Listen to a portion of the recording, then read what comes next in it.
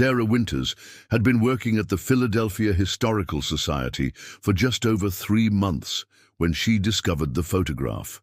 It was an unremarkable Tuesday in late October, the kind where autumn had fully committed to its purpose, stripping trees bare and sending wind that cut through even the thickest sweaters. The Society's building, a renovated brownstone from the 1890s, creaked and settled as the temperature dropped outside. "I need you to digitize the Harrington collection," Dr. Wallace had told her that morning. The family finally released the last of their Civil War-era documents, some interesting funeral customs documented in there. Sarah had nodded, hiding her excitement. Her doctoral thesis on Victorian mourning rituals in American urban centers had landed her this coveted position, and the Harrington family had been notoriously protective of their archives. Now she would be the first researcher in decades to examine them thoroughly. The collection arrived in 3 acid-free boxes, meticulously preserved but clearly untouched for years. Sarah pulled on her cotton gloves and began the careful process of cataloguing.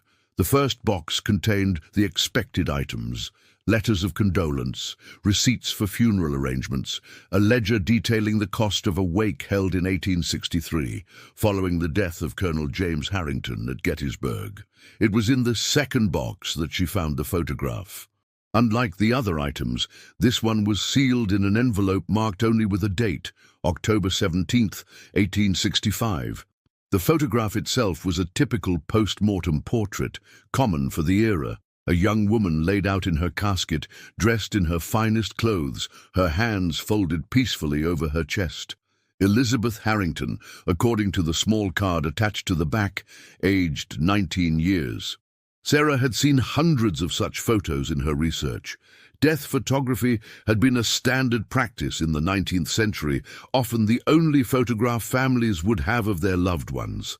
She scanned it carefully, noting the quality of the preservation, the arrangement of flowers around the casket, the mourners positioned stiffly behind it. It was only when she began digitizing the image, enlarging it on her computer screen to check the resolution, that she noticed it. In the corner of the room, partially obscured by the drapes that had been hung for the occasion, was a figure, or perhaps just a shadow. It was indistinct, blurred in that way that came from movement during the long exposure times of period photography. But there was something about its proportions that seemed wrong. Too tall, too thin, its head oddly elongated. "Probably just a mourner who moved," Sarah muttered to herself, making a note in her catalogue. But she found herself zooming in further, trying to make sense of the shape. The more she looked, the less it resembled a person. The proportions were wrong, the posture impossible. And there was something about the way it seemed to be oriented, not toward the deceased, like the other mourners, but toward the camera itself. Sarah felt a chill that had nothing to do with the building's temperamental heating system. She'd spent years studying these photographs, and she'd seen plenty of strange artifacts in them. Exposure errors, chemical imperfections, even the braces used to help living subjects remain still during the long exposures. This was different. Her phone buzzed, startling her so badly she nearly knocked over her coffee. Still at it? The text was from Michael, her boyfriend of 2 years. "Dinner at 7, remember? My colleagues are dying to meet the brilliant Dr. Winters-to-be." Sarah glanced at the time, 5:45 p.m. She'd been staring at the photo longer than she'd realized. "On my way soon," she texted back. She began to pack up, but found herself taking one more look at the digitized image. On impulse, she sent a copy to her own email before shutting down the computer. That night, dinner with Michael's fellow surgeons from Pennsylvania Hospital was pleasant enough, but Sarah found her mind drifting back to the photograph. Michael noticed her distraction during dessert. "Earth to Sarah," he said, squeezing her hand. "Dr. Abernathy was asking about your research." "Sorry," she said, forcing a smile, "just thinking about something I found today. A post-mortem photograph from 1865 with an unusual anomaly. One of your Victorian corpse photos?" Michael asked, with the affectionate teasing they'd established early in their relationship. What kind of anomaly? Sarah hesitated. It sounded silly now, in this warm restaurant surrounded by practical medical professionals. Probably just a blur from someone moving during exposure. But it looked wrong somehow. Dr. Abernathy, a neurosurgeon in her 60s with kind eyes and a no-nonsense manner, leaned forward. You know, my grandmother used to talk about morning shadows. It was an old superstition. The idea that certain entities were attracted to grief, that they would appear at funerals to feed on sorrow. That's fascinating, Sarah said. Her academic interest piqued. Was this a specific cultural belief? My grandmother's family came from rural Pennsylvania, but they had roots in Germany before that. She had all sorts of superstitions. She wouldn't allow photographs at funerals, said it trapped the morning shadows in our world. Later that night, in the apartment she shared with Michael in Center City, Sarah couldn't sleep. She got up carefully, trying not to wake him, and opened her laptop. The photograph was waiting in her email. She zoomed in on the strange figure again. In the darkened room, with only the blue glow of her screen for light, the wrongness of it seemed even more pronounced. The figure stood at least 7 feet tall, its proportions impossibly thin. Where its face should be was only a dark smudge, but Sarah could almost imagine 2 pinpricks of light where eyes should be. Morning shadow, she whispered to herself, testing the words. She opened a browser and began searching academic databases for references to the term. Nothing relevant appeared. But when she switched to a general web search, she found something. A blog post on obscure Victorian superstitions that mentioned them briefly. Morning shadows were believed to be entities that fed on human grief. Unlike traditional ghosts, they were not the spirits of the deceased, but rather opportunistic beings that were drawn to the emotional energy of funerals and wakes.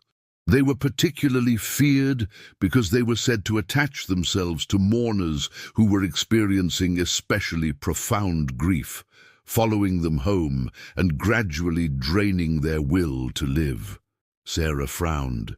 It sounded like typical Victorian melodrama, the kind of superstition that flourished in an era when death was both common and poorly understood. Still, she found herself returning to the photograph, studying that strange, elongated shape in the corner. On impulse, she began searching for other photographs from the Harrington collection that had already been digitized. The Historical Society had an extensive online archive, and the Harringtons had been a prominent family. She found several group portraits, wedding photos, even some informal garden scenes. She studied the faces, looking for Elizabeth Harrington, and eventually found her in a family portrait from 1864, about a year before her death. Elizabeth had been beautiful, with dark hair arranged in the elaborate style of the period and large, expressive eyes. She stood beside an older man, her father presumably, and a young man about her own age who was identified in the caption as Lieutenant Thomas Crawford, her fiancé. Sarah searched for more information about Thomas Crawford and discovered that he had died at the Battle of Five Forks on April 1, 1865, just 6 months before Elizabeth herself passed away. The cause of Elizabeth's death wasn't recorded in any of the digitized materials, but given the timing, Sarah could make an educated guess. Grief. It wouldn't have been uncommon for it to be listed as died of a broken heart on death certificates of the era, though the actual cause was more likely to have been self-neglect, depression leading to compromised immunity, or even suicide. A particularly intense form of grief, just what the morning shadow was said to seek out. Sarah shook her head, annoyed with herself. She was a historian, not a superstitious Victorian. There was no such thing as morning shadows, just photographic anomalies, and the human tendency to see patterns where none existed. She closed her laptop and went back to bed, but sleep remained elusive. In the darkness, she could almost see that elongated shape standing in the corner of her bedroom, watching. The next morning, Sarah returned to the Historical Society with a nagging headache and a determination to be strictly scientific about the photograph. In the clear light of day, the strange figure was clearly just a quirk of the photographic process, perhaps someone who had moved during the exposure, or even a fault in the glass plate negative. She continued cataloguing the Harrington collection, but found herself moving through the task mechanically, her thoughts repeatedly returning to Elizabeth Harrington and her untimely death.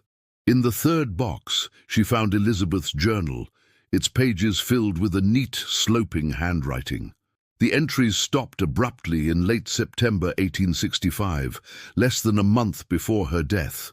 The final entry read, "I dreamed of Thomas again last night, but this time he warned me rather than comforted me.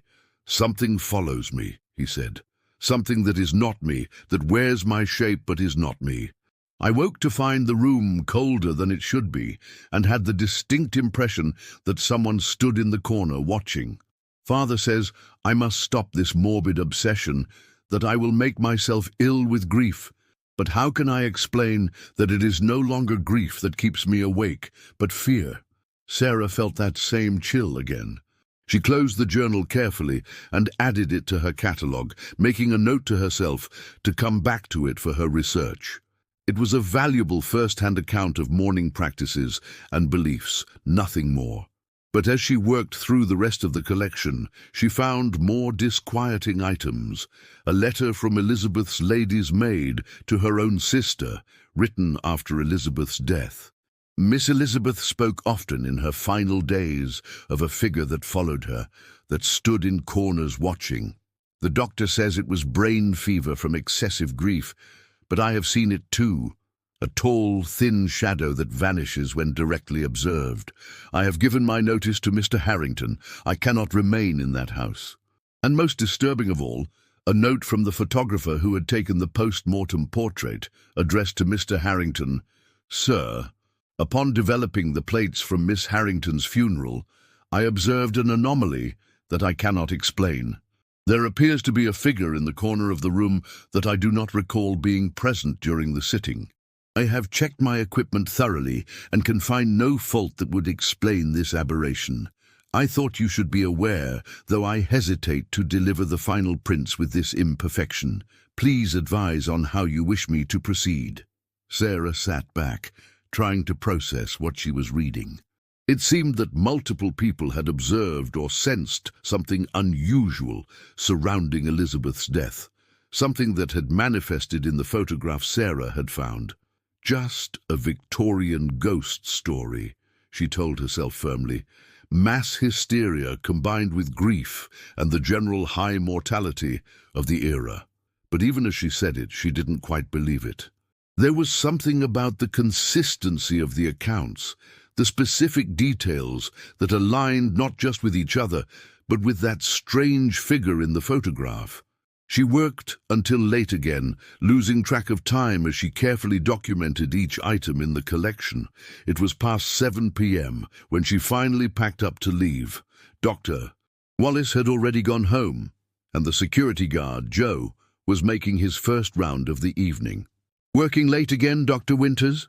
he asked, using her title despite her repeated insistence that she hadn't earned her Ph.D. yet.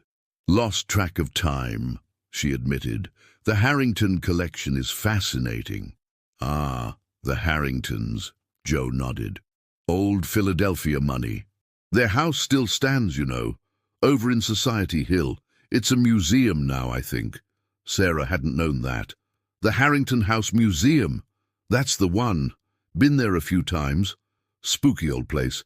They say it's haunted, but then they say that about half the buildings in this city." On her way home, Sarah looked up the Harrington House Museum on her phone.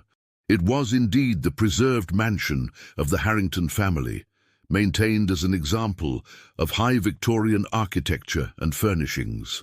According to the website, it had been Elizabeth's father, Richard Harrington, who had left the house to the city upon his death in 1888, with the provision that it be maintained as a museum. The website also mentioned that Elizabeth had died in the house in 1865 under mysterious circumstances. Without fully deciding to do so, Sarah found herself directing her Uber to the museum instead of her apartment. It would be closed at this hour, of course, but she wanted to see the exterior, to get a sense of the place where Elizabeth had lived and died. The Harrington house stood on a corner lot, set back from the street behind a wrought-iron fence. Even in the darkness, it was imposingly beautiful. 3 stories of red brick with elaborate stonework around the windows and doors, a mansard roof, and a small cupola at the top. Gas lamps, converted to electric but maintaining their Victorian appearance, illuminated the walkway to the front door. Sarah stood on the sidewalk studying the house. Most of the windows were dark, but there was a light on in what must have been the caretaker's apartment on the ground floor. As she watched, she thought she saw movement in one of the upper windows. A tall, thin silhouette passing by. Probably the caretaker making their rounds, she thought, though something about the proportions of the figure made her doubt it. Her phone rang, startling her. It was Michael. "Sarah, where are you? I thought we were having dinner at home tonight." Sarah cursed under her breath. She'd completely forgotten their plans. "I'm so sorry, Michael. I got caught up in research and lost track of time." "Again?" There was an edge to his voice that she wasn't used to hearing. "This is the 3rd time this week."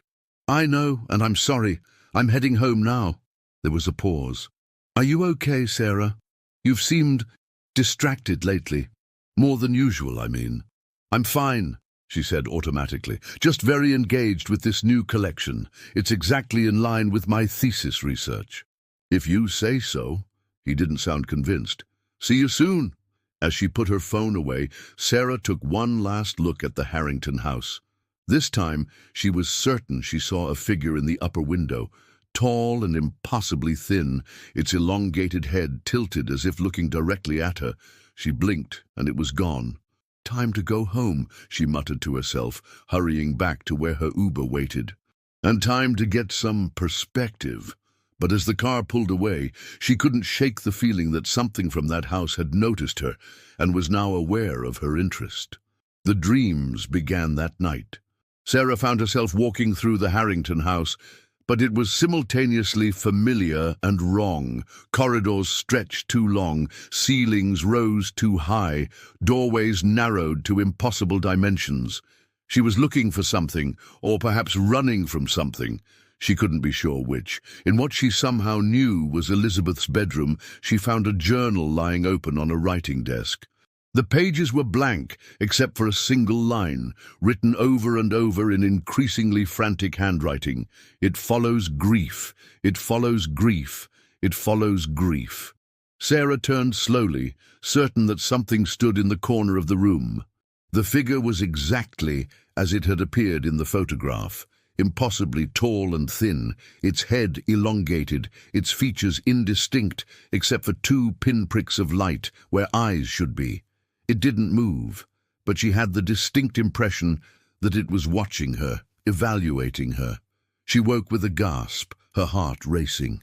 The bedroom was dark and cold, despite the apartment's usually reliable heating. Michael stirred beside her but didn't wake. Sarah reached for her phone, 3:17 a.m. She'd been asleep for less than 2 hours. As her eyes adjusted to the darkness, she became aware of a deeper shadow in the corner of the room. Her breath caught in her throat. The shadow seemed denser than it should be, more solid, and it was tall, so tall that it seemed to bend where the ceiling met the wall. "It's not real," Sarah whispered to herself. "It's a dream or eye floaters or just my imagination." But as she stared at the corner, the shadow seemed to become more defined, more present. She could make out that same elongated head, those same pinprick eyes.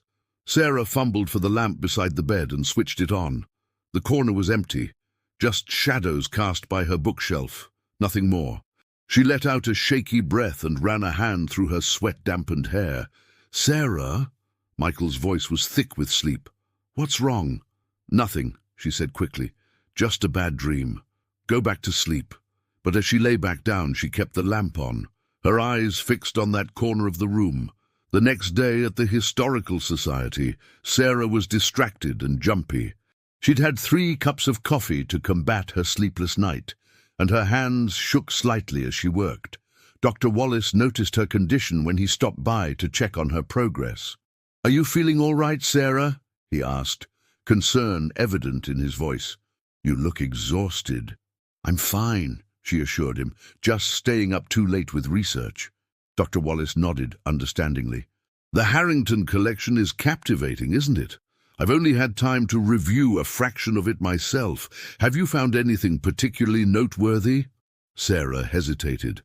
Under normal circumstances, she would have eagerly shared her findings about Elizabeth's journal entries and the strange figure in the photograph. But something held her back, a growing irrational fear that speaking about it might somehow give it power. "Several interesting accounts of mourning practices," she said instead, "and some personal correspondence that gives insight into how grief was processed. Good material for my thesis." "Excellent. Don't hesitate to bring anything unusual to my attention." He paused. "And Sarah, don't work too hard. That collection has been waiting 150 years. It can wait another day if you need rest." After he left, Sarah turned back to her work, but found it difficult to focus. Her eyes kept drifting to the corner of the room, searching for shadows that shouldn't be there. Twice she thought she saw movement in her peripheral vision, only to find nothing when she turned to look directly. At lunchtime, she decided she needed air and walked to a nearby cafe. As she sat with her sandwich, barely touching it, she found herself searching online for more information about mourning shadows. Most of what she found was the same kind of vague folklore she'd discovered before, superstitions about entities attracted to grief, feeding on sorrow. But one site, a blog dedicated to obscure Philadelphia history, had a post specifically about the Harrington family. According to the author, Elizabeth Harrington had indeed died under mysterious circumstances following the death of her fiancé. The official cause had been recorded as grief-induced heart failure, but rumors had persisted that she had taken her own life or that something more sinister had occurred. The blog mentioned that in the decades following Elizabeth's death, there had been multiple reports of a strange presence in the Harrington house, staff members quitting abruptly, visitors reporting feelings of being watched, and several accounts of a tall, thin figure seen in the corners of rooms. These sightings had continued even after the house was converted to a museum, with at least 3 different curators resigning after claiming to have seen something supernatural. Sarah's phone buzzed with a text from Michael. "Lunch? I can break away from the hospital for an hour," she replied quickly, already eating at Cozy on Arch. "Join me?" 20 minutes later, Michael slid into the seat across from her, looking concerned. "You look like hell, babe." "Thanks," she said dryly, "just what every woman wants to hear." "Sorry, but it's true." He reached across the table to take her hand. "What's going on? And don't say nothing or just research. I know you better than that." Sarah sighed. Michael was rational to a fault, a trait that served him well as a surgeon, but sometimes created a disconnect between them when it came to matters less concrete than human anatomy. Still, she needed to talk to someone, and he was the person she trusted most. "I found something strange in the Harrington collection," she began, then told him everything, the photograph, the journal entries, her visit to the Harrington house, and finally, reluctantly, her dream and the shadow she thought she'd seen in their bedroom. Michael listened without interrupting, his expression thoughtful. When she finished, he squeezed her hand gently. "That's quite a story," he said, "and it clearly has you rattled." "I know how it sounds," Sarah said defensively. "I know there's no such thing as mourning shadows or grief-eating entities. But there's something about that photograph, Michael. Something wrong." "I believe that you believe it," he said carefully. "But Sarah, look at the facts. You've been working intensely on this collection, immersing yourself in Victorian death rituals and mourning practices. You've been reading first-hand accounts of grief and superstition, and you're tired. I know you've been sleeping poorly. Isn't it more likely that your brain is making connections that aren't really there? Put that way, it did sound reasonable. Maybe, she admitted. But what about the figure in the photograph? Multiple people saw it, or something like it, even back then. Photography in 1865 was primitive by our standards. Long exposure times, chemical processes that weren't fully understood or controlled. And as for the accounts of the maid and others, these were people steeped in superstition, living in a time when death was both common and poorly understood. Sarah nodded slowly. Michael's explanation was rational, sensible, and yet, what would convince you? She asked suddenly. If I wanted to prove to you that there's something real about this, what would it take? Michael looked surprised by the question. I don't think you need to prove anything, Sarah. I think you need rest. Take a day off from the collection. Get some sleep. I bet things will look different after that. But Sarah couldn't let it go. After lunch, instead of returning to the Historical Society, she went to the Harrington House Museum. It was open to the public from 10 a.m. to 4 p.m. Tuesday through Saturday. She paid the admission fee and joined a tour that was just starting. The guide was a middle-aged woman named Martha, who clearly loved the house and its history. She led the small group, just Sarah and an elderly couple, through the main rooms, explaining the architecture, the furnishings, and the history of the Harrington family. The house was built in 1858 by Richard Harrington, a successful merchant who had made his fortune in shipping, Martha explained as they stood in the grand entrance hall. He lived here with his wife, Catherine, who passed away in 1860, and their daughter, Elizabeth. What happened to Elizabeth? Sarah asked, though she already knew. Martha's expression grew solemn. A tragic story. Elizabeth was engaged to a young lieutenant who died in the final days of the Civil War. She herself passed away just 6 months later, here in this house.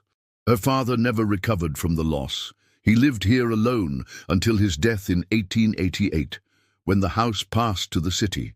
As they moved through the house, Sarah paid special attention to the corners of rooms, the shadows in doorways. Once or twice, she thought she caught a glimpse of something tall and thin in her peripheral vision, but when she turned to look directly, there was nothing there. The tour ended in what had been Elizabeth's bedroom, preserved as it would have been in the 1860s. A four-poster bed with heavy velvet curtains dominated the space. A writing desk stood near the window, and a large wardrobe occupied one corner.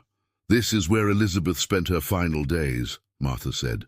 According to accounts from the family's staff, she rarely left this room after receiving news of her fiancé's death. She would sit at that desk for hours, writing in her journal or staring out the window. Do you know what happened to her journals? Sarah asked. Most of the family's personal papers were donated to the Philadelphia Historical Society, Martha replied, though I believe some items remained private within the extended family. After the tour, Sarah approached Martha directly. I'm a researcher at the Historical Society, she explained. I'm currently working with the Harrington collection and have a particular interest in Elizabeth's story. Have you ever experienced anything unusual in this house, specifically in Elizabeth's room? Martha looked at her sharply, then glanced around to make sure the elderly couple was out of earshot. What kind of unusual are you referring to exactly? Anything that might be considered supernatural? Strange shadows, perhaps, or a feeling of being watched? Martha's expression changed subtly. You've seen it, haven't you? The tall one. Sarah's breath caught. You've seen it too. Martha nodded slowly. Not clearly, never clearly, always in corners, always in my peripheral vision. I've worked here for 11 years, and I've never seen it directly, but I know it's there. She lowered her voice. Most of the staff have sensed it at one time or another. We don't talk about it with visitors, of course. Bad for business. What do you think it is? Sarah asked, her academic skepticism warring, with a growing certainty that Martha was describing exactly what she had experienced. I don't know, Martha admitted. A ghost, I suppose, though it doesn't feel like what I'd imagine a ghost to be. It feels older, hungrier. She shivered slightly. Why are you asking about this? What have you found? Sarah told her about the photograph and Elizabeth's journal entries. Martha listened intently, her expression growing increasingly troubled. There's something else you should know, Martha said when Sarah had finished. Something that's not part of the official tour. After Elizabeth died, 3 members of the household staff also died within the year. A maid, a footman, and the cook. All were said to have died of natural causes, but all had been close to Elizabeth. How did they die exactly? The records aren't specific. Wasting illness for 2 of them. The third supposedly fell down the stairs, but there were rumors. Rumors of what? Martha hesitated. That he jumped. That all 3 of them essentially gave up on life. They stopped eating, stopped caring for themselves. The maid was found in her bed, starved to death despite food being readily available. Sarah felt cold, despite the warmth of the day, as if something was feeding on their will to live. Exactly like that. Martha glanced at her watch. I have another tour starting soon. But listen, if you're really looking into this, you should talk to Professor Reyes at Temple University. He's been researching local folklore, including stories about the Harrington house. He might know more. Sarah thanked her and left, her mind racing. Outside, the October day had turned grey and chilly, with a light drizzle falling. She pulled her coat tighter around herself and headed for the nearest subway station, planning to return to the Historical Society. But as she walked, she couldn't shake the feeling that she was being followed, not by a person, but by something tall and thin that always remained just at the edge of her vision. That evening, when she finally returned to the apartment, she found Michael waiting for her with a look of concern. "Where have you been?" he asked. "I tried calling several times." Sarah checked her phone and saw 3 missed calls. "Sorry, I must have had it on silent. I went to the Harrington House Museum." Michael sighed. "Sarah, I thought we agreed you'd take a break from this research." "No, you suggested it. I never agreed." She knew she sounded defensive, but couldn't help it. "And I'm glad I went. The tour guide has seen it too, Michael. The tall figure in the corners. And she told me about 3 staff members who died mysteriously after Elizabeth's death. Sarah, I'm going to contact a professor at Temple tomorrow who's been researching local folklore. Maybe he can provide more context." Michael ran a hand through his hair, a gesture she knew meant he was trying to remain patient. "Do you hear yourself? You sound obsessed. This isn't like you. You're a historian, not a ghost hunter." "I'm following a research lead," she insisted. "That's exactly what historians do." "No, you're chasing shadows." "Literally." He took a deep breath. "Look, I'm worried about you. You're not sleeping, you're jumping at every noise, and now you're seeing things that aren't there. You think I'm imagining it all." It wasn't a question. "I think you're tired and stressed and your mind is playing tricks on you." He stepped closer, putting his hands on her shoulders. "Please just take a step back. Get some rest. Look at this again with fresh eyes in a few days." Sarah wanted to argue further, but exhaustion suddenly hit her like a physical weight. She was tired, bone-tired in a way that went beyond simple lack of sleep. "Maybe you're right," she conceded. "Maybe I do need rest." Michael's relief was palpable. "Good. I'll make dinner while you take a hot shower. Then an early night, okay?" Sarah nodded, though she doubted sleep would come easily. As she headed for the bathroom, she glanced at the corner of the living room and froze. For just a moment she was certain she saw it, the tall, thin figure with the elongated head. Then she blinked, and it was gone. She said nothing to Michael. She didn't want to see that look of clinical concern on his face again. Instead, she went through the motions of a normal evening. Shower, dinner, watching an episode of a show she couldn't focus on. All the while, she was acutely aware of the corners of their apartment, the shadows that seemed deeper than they should be. When they finally went to bed, Sarah lay awake long after Michael's breathing had evened into sleep. She stared at the ceiling, afraid to look at the corners of the room, But eventually, inevitably, her eyes were drawn to the darkest shadow, the one cast by her bookshelf. The shadow was wrong. It stretched too tall, bent at impossible angles, and within it, those two pinpricks of light like distant stars or the reflection of light off eyes. Sarah closed her eyes tightly, her heart hammering. "Not real," she whispered to herself. "Not real." But when she opened her eyes again, the shadow had moved closer to the bed. It wasn't touching the wall anymore.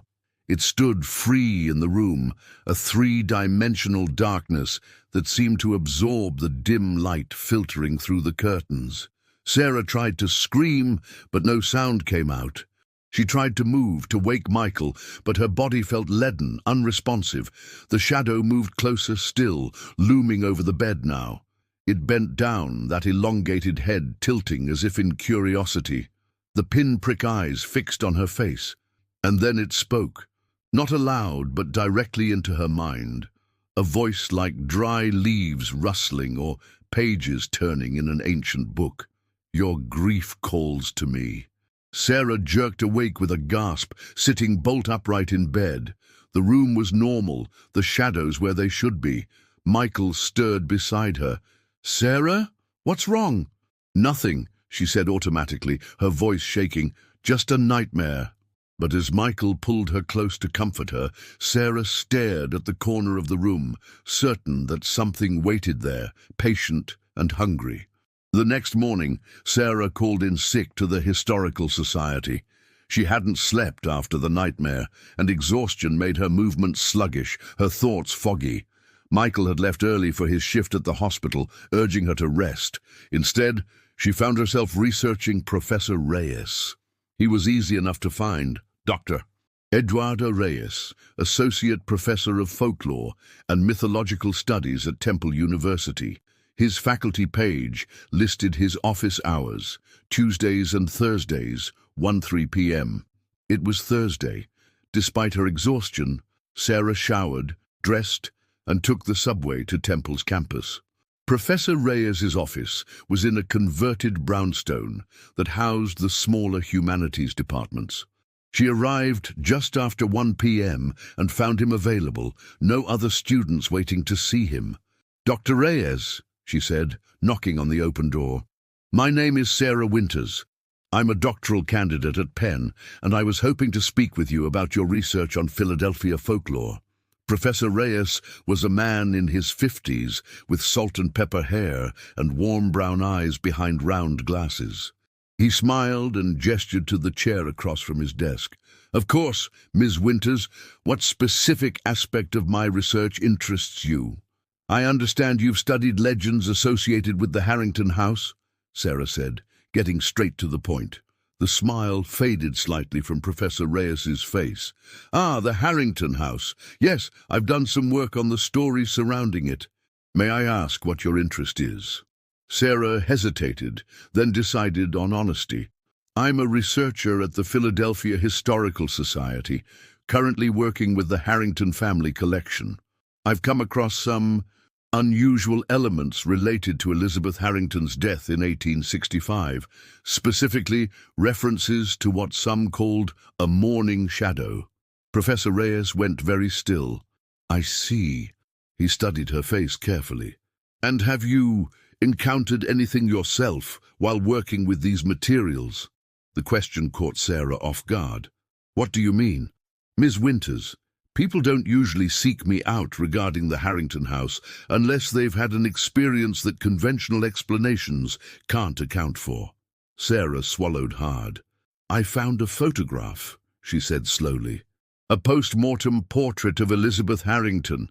There's a figure in it that shouldn't be there, and since then I've been having dreams and seeing something in shadows, in corners." Professor Reyes nodded as if this was exactly what he'd expected to hear. He rose and closed his office door, then returned to his desk and opened a drawer. From it, he removed an old leather-bound book. "This is a journal kept by Dr. James Wilcox, a physician who treated several members of the Harrington household in the 1860s, he explained. It came into my possession through a descendant who knew of my interest in unusual folklore. Dr. Wilcox was unusual for his time. He had an interest in psychological phenomena and what we might now call paranormal experiences. He documented several cases that he couldn't explain through medical science. He opened the journal to a marked page and turned it so Sarah could read it. The handwriting was cramped but legible, dated November 12th, 1865. I was called again to the Harrington household today, this time to attend to Mary Sullivan, one of the upstairs maids. She exhibits the same symptoms as Miss Elizabeth did in her final days: extreme lethargy, loss of appetite, and a curious fixation on the corners of rooms. She claims that something watches her, something that followed her from Miss Elizabeth's funeral. I have prescribed bed rest and a tonic to calm her nerves, but I fear her condition has progressed too far. Like Miss Elizabeth, she seems to have lost the will to live, as if something is feeding upon her very essence. I hesitate to record this, for fear it will damage my professional reputation, but I myself have begun to notice something unusual when visiting the Harrington house, a tall, thin presence that seems to remain just at the edge of vision. I have taken to avoiding corners and never staying after nightfall. I believe that whatever afflicted Miss Elizabeth has now attached itself to those who mourned her most deeply, and I worry for the other members of the household who were close to her. Sarah looked up from the journal, her heart racing. This is exactly what I've been experiencing. Professor Reyes nodded gravely. The phenomenon described in this journal matches accounts I've gathered from various sources across different cultures. The details vary, but the core concept remains consistent: an entity that is drawn to grief and feeds on it, gradually draining its victims of their will to live. But that's impossible, Sarah said, though her conviction was wavering. There has to be a rational explanation. Perhaps, Professor Reyes conceded, mass hysteria, confirmation bias, the power of suggestion, these could all play a role. But I've encountered too many consistent accounts across too many disparate sources to dismiss the possibility that there is something real at work here. He studied her face. You've seen it, haven't you? Not just in the photograph, but in your own environment. Sarah nodded reluctantly. In my apartment, in corners, in shadows. Last night I dreamed it spoke to me. What did it say? Your grief calls to me. Sarah shivered at the memory. But that doesn't make sense. I'm not grieving. I haven't lost anyone. Professor Reyes looked thoughtful. Grief isn't always about death. It can be about loss of any kind, opportunities, relationships, versions of ourselves we leave behind. These entities, mourning shadows as they're sometimes called, are attracted to emotional pain of many kinds. Sarah thought about her life, trying to identify what grief she might be carrying. True, her relationship with Michael had been strained lately, but that was normal in any long-term partnership. Her work was going well. Her thesis research was progressing. There was nothing significant she could point to. I don't know what it would be feeding on, she admitted. Sometimes we don't recognize our own grief until it's reflected back to us, Professor Reyes said gently. But more immediately concerning is the pattern documented in these accounts. Those who become aware of the entity, who acknowledge its presence, seem to become more susceptible to its influence. You mean by researching it? By trying to understand it? I'm making myself more vulnerable? Potentially, yes. Knowledge is usually our best defense against the unknown, but in this case, he trailed off, looking troubled. What can I do? Sarah asked, her academic skepticism now thoroughly shaken. How do I protect myself? Professor Reyes closed the journal carefully. The accounts are inconsistent on this point. Some suggest that acknowledging the entity gives it power, while ignoring it causes it to lose interest. Others indicate that confronting it directly is the only way to break its hold. He sighed. If you're asking for my personal opinion, based on my research, I believe that these entities feed specifically on isolation. They separate their victims from others, intensify feelings of being misunderstood or alone. Connection to others, genuine human connection, seems to be a consistent factor in accounts where people have successfully freed themselves. So I should, what? Spend more time with friends? Throw a party? The suggestions sounded absurd even as she made them. Not necessarily that simple, but don't allow yourself to become isolated. Don't keep what you're experiencing to yourself. And perhaps most importantly, address whatever grief or loss might be attracting this entity in the first place. Sarah left Professor Reyes's office with his business card and a promise that she could contact him any time if things escalated. She also had a list of references, books and articles about similar phenomena reported in various cultures. As she made her way back to the subway, she considered what Professor Reyes had said about grief and isolation. Was she isolating herself? It was true that she'd been cancelling plans with friends lately, citing work commitments, and her relationship with Michael had become more distant, though she'd attributed that to his busy schedule at the hospital. But what grief could she be carrying that would attract such an entity? The question nagged at her as she rode the subway back toward Center City. When she emerged from the station, instead of heading home, Sarah found herself walking toward the Historical Society. Despite her exhaustion, she felt compelled to return to the Harrington collection, to look again at that photograph and Elizabeth's journal. Perhaps there was something she had missed, some clue that would help her understand what was happening. The society was quiet when she arrived, just a few researchers working in the main reading room. Dr. Wallace looked surprised to see her. "Sarah! I thought you were ill today." "I'm feeling better," she lied, "and I wanted to check something in the Harrington collection." Dr. Wallace frowned slightly. "Are you sure that's wise? You still look quite pale." "I won't stay long," she promised. "Just need to verify something for my notes." He didn't look convinced, but nodded anyway. "The collection is still in the processing room where you left it." Sarah made her way to the small room where she had been cataloguing the Harrington materials. Everything was as she had left it, the boxes neatly arranged on the work table. She went straight to the photograph, removing it carefully from its protective envelope. In the clear light of day, the figure in the corner seemed less distinct, more easily dismissed as a photographic anomaly. But the more she studied it, the more certain she became that there was something deliberately wrong about its proportions, its posture. It stood as if watching not just the funeral proceedings, but the viewer of the photograph itself. Sarah set the photograph aside and turned to Elizabeth's journal. She reread the final entries, noting Elizabeth's increasing paranoia, her sense of being watched, her deteriorating physical condition. It matched so precisely what Sarah herself was experiencing that it was difficult to maintain any skepticism.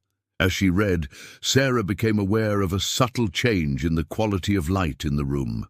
It seemed dimmer somehow, though no clouds had passed over the sun outside.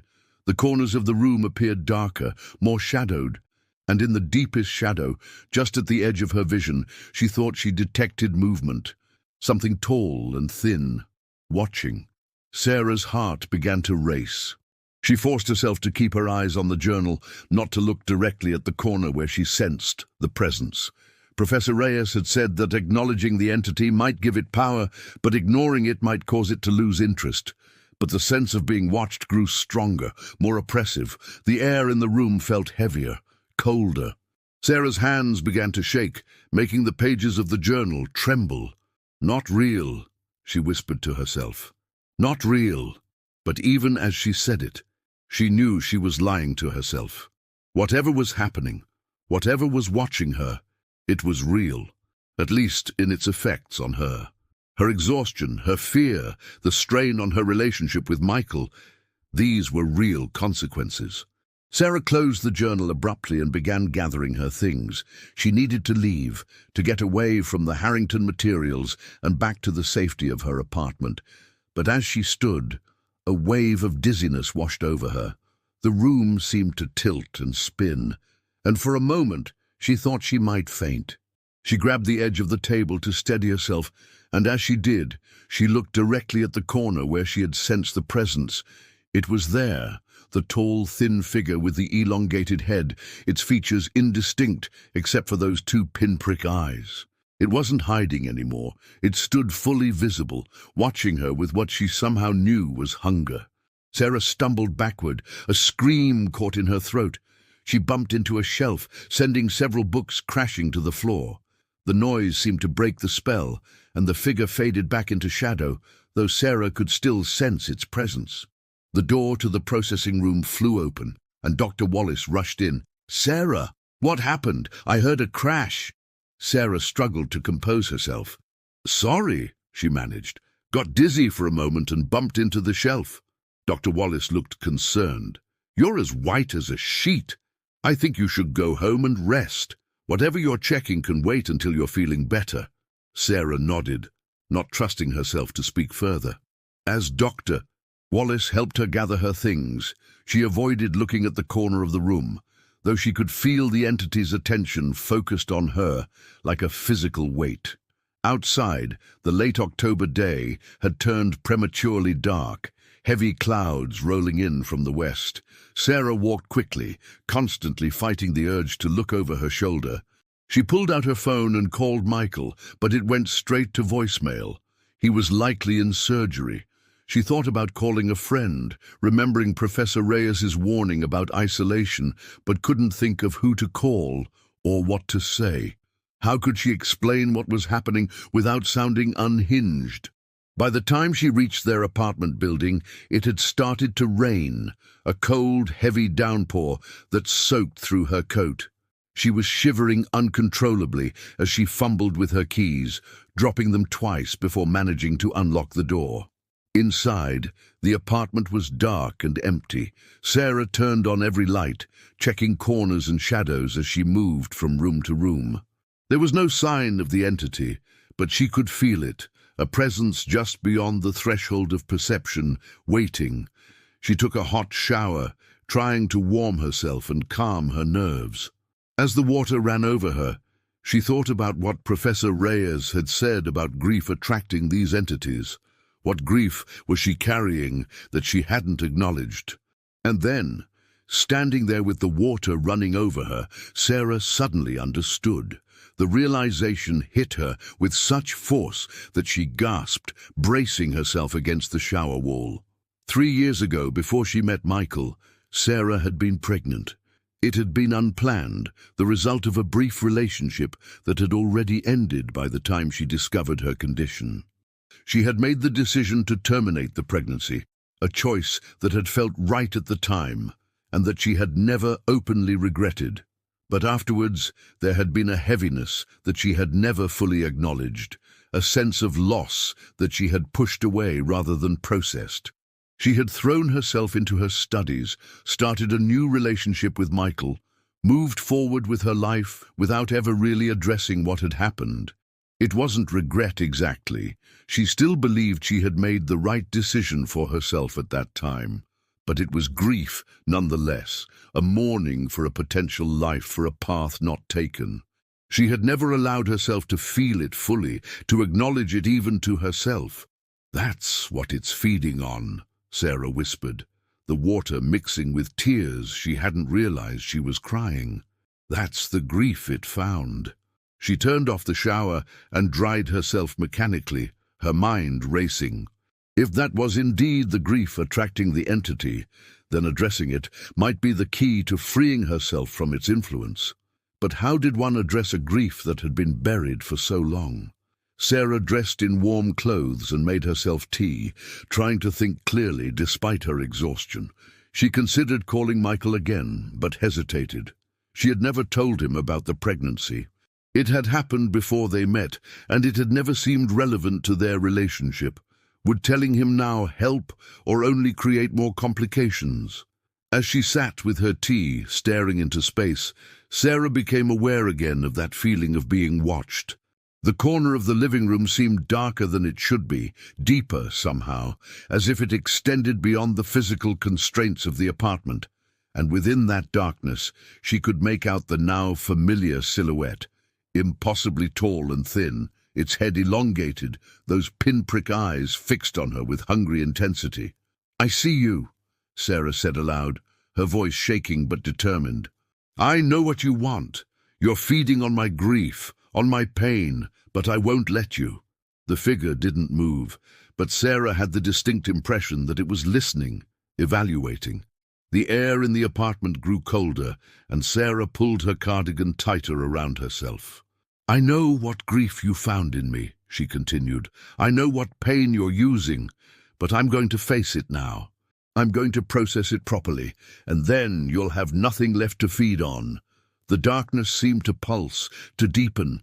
The figure took a step forward, no longer confined to the corner. It moved with a strange, fluid grace that defied normal human locomotion. Sarah's heart hammered in her chest, but she stood her ground.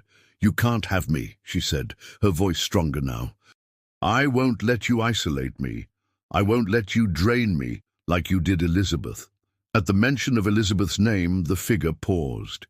Then it moved again, faster this time, crossing half the distance between them in what seemed like an impossible blur. It towered over her now, its elongated head tilting as if in curiosity or hunger. And again, Sarah heard that voice in her mind, like dry leaves rustling. "Your grief sustains me. Your isolation feeds me. You are already mine." "No," Sarah said aloud, "I'm not alone. I have people who care about me, people I can reach out to."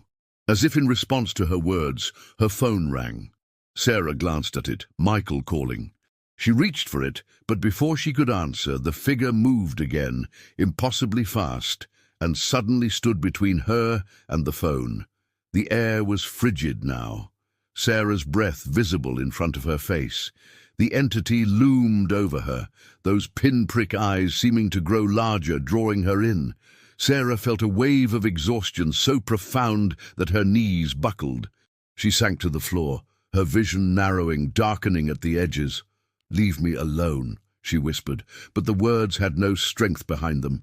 She was so tired, so very tired. It would be easier to give in, to stop fighting, to let the darkness take her. The phone stopped ringing, then started again almost immediately. The sound seemed distant, unimportant. All Sarah could focus on were those pinprick eyes, growing larger, filling her vision. "Sarah, Sarah!" The voice seemed to come from very far away. Hands gripped her shoulders, shaking her. "Sarah, wake up!" With tremendous effort, Sarah pulled her gaze away from the entity and found Michael kneeling beside her, his face tight with concern. When had he arrived?